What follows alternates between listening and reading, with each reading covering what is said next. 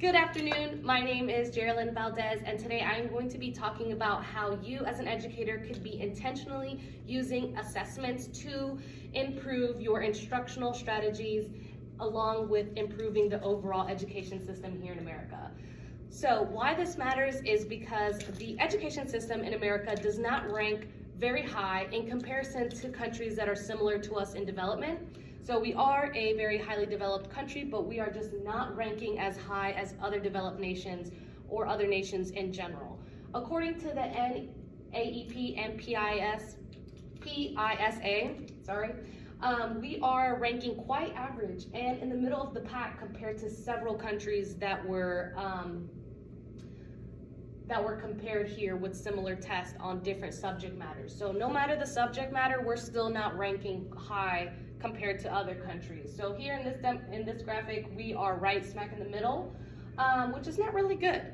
So the main objective today is we are going to be talking about how intentional assessments can be a key tool to improve your instruction and our education system.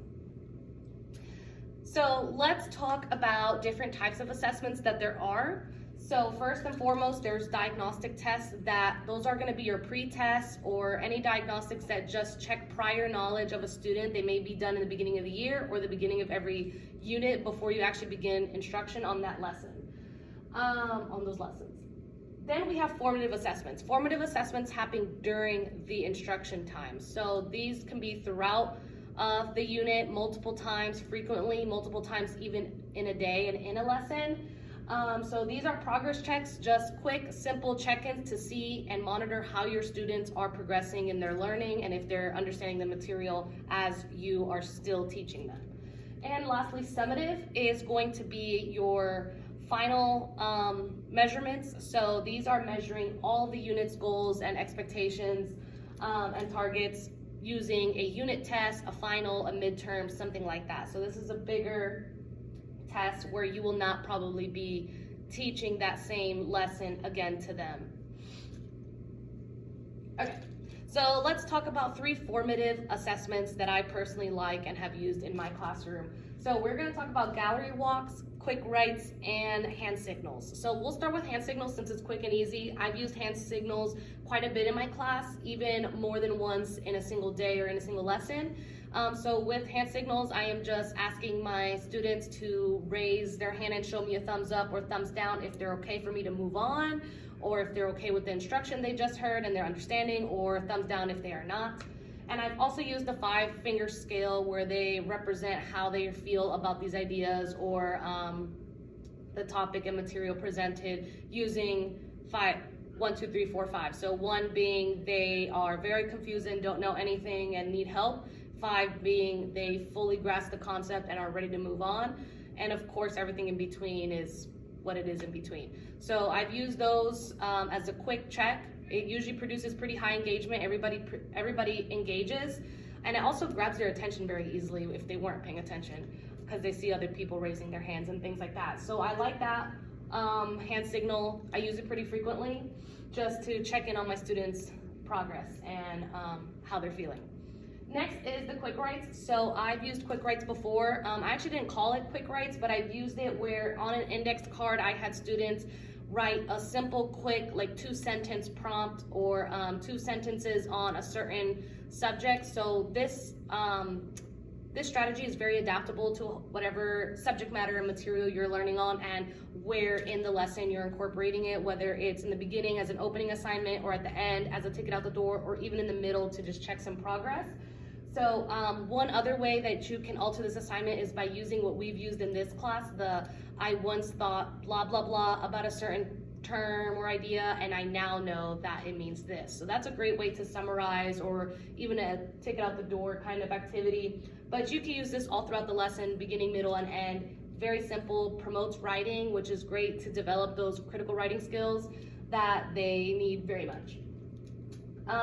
Lastly, I'm going to talk about the gallery walks really quick. So gallery walks are basically when you utilize the space in your room and have the students up and moving around, whether they are collaborating together in pairs or groups or individually, but they are exploring different topics and ideas that you have posted around your room. So I've done this where I showed them material that we've already covered to check for understanding. I showed them different programming structures to see if they were able to identify them, and I gave them stickers to represent, green stickers to represent that they fully understand, they know how to write those themselves, and they get it. Yellow meant they might be able to identify it, but they probably don't know how to format it and write it themselves as far as syntax. I moved the slide. And did I? No, I didn't. And then the red meant like they did not know at all, and we definitely needed to review that. So that was a quick and easy way to just gauge my room and see which control structures we needed to focus on more. But there are a variety of ways that you can adapt this lesson. You can show them new material or revisit material and see how they did. So the main point of formative assessments are to be simple, to check in, and just monitor how your students' progress is going.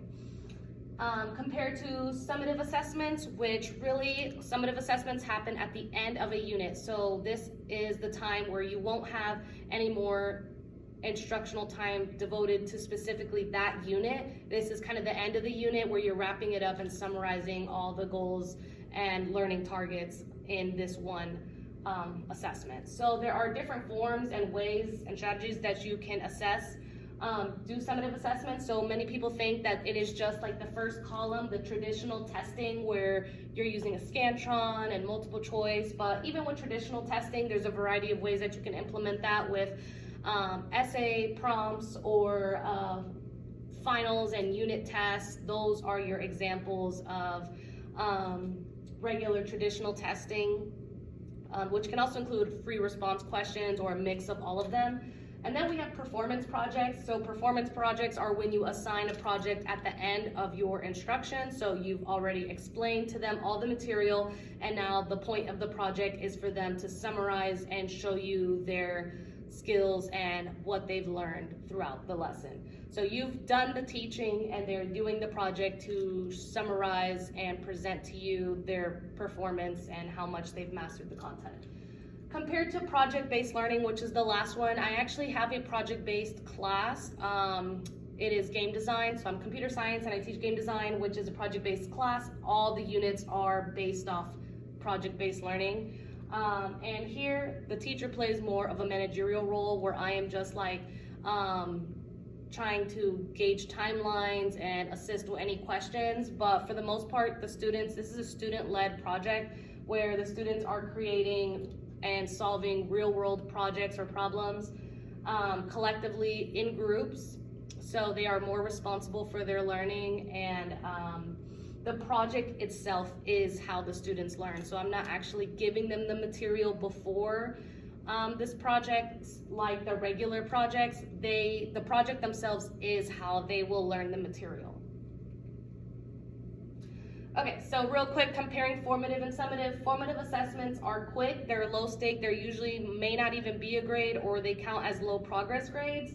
And they occur during the learning, compared to summative assignments occur after the learning, at the end of a unit or period of time, like a final, and they're much higher stakes, so they're graded as a higher mastery grade. But they both provide feedback and help with future planning, especially for teachers. Analyzing and reviewing those results is going to be the most important thing for teachers, and how they can benefit by altering and adjusting their assignments as needed to meet the needs of their diverse learning students. So in conclusion, my call to action to you is going to be that in order to improve our education system today, we need to be utilizing detailed and intentional and frequent assessments, all different types of strategies to assess our students, so that we are able to get the feedback that we need to see if our teaching is effective, and in order to create equitable and responsible teaching. So yes, I do have references. I will also send this to you. Thank you so much.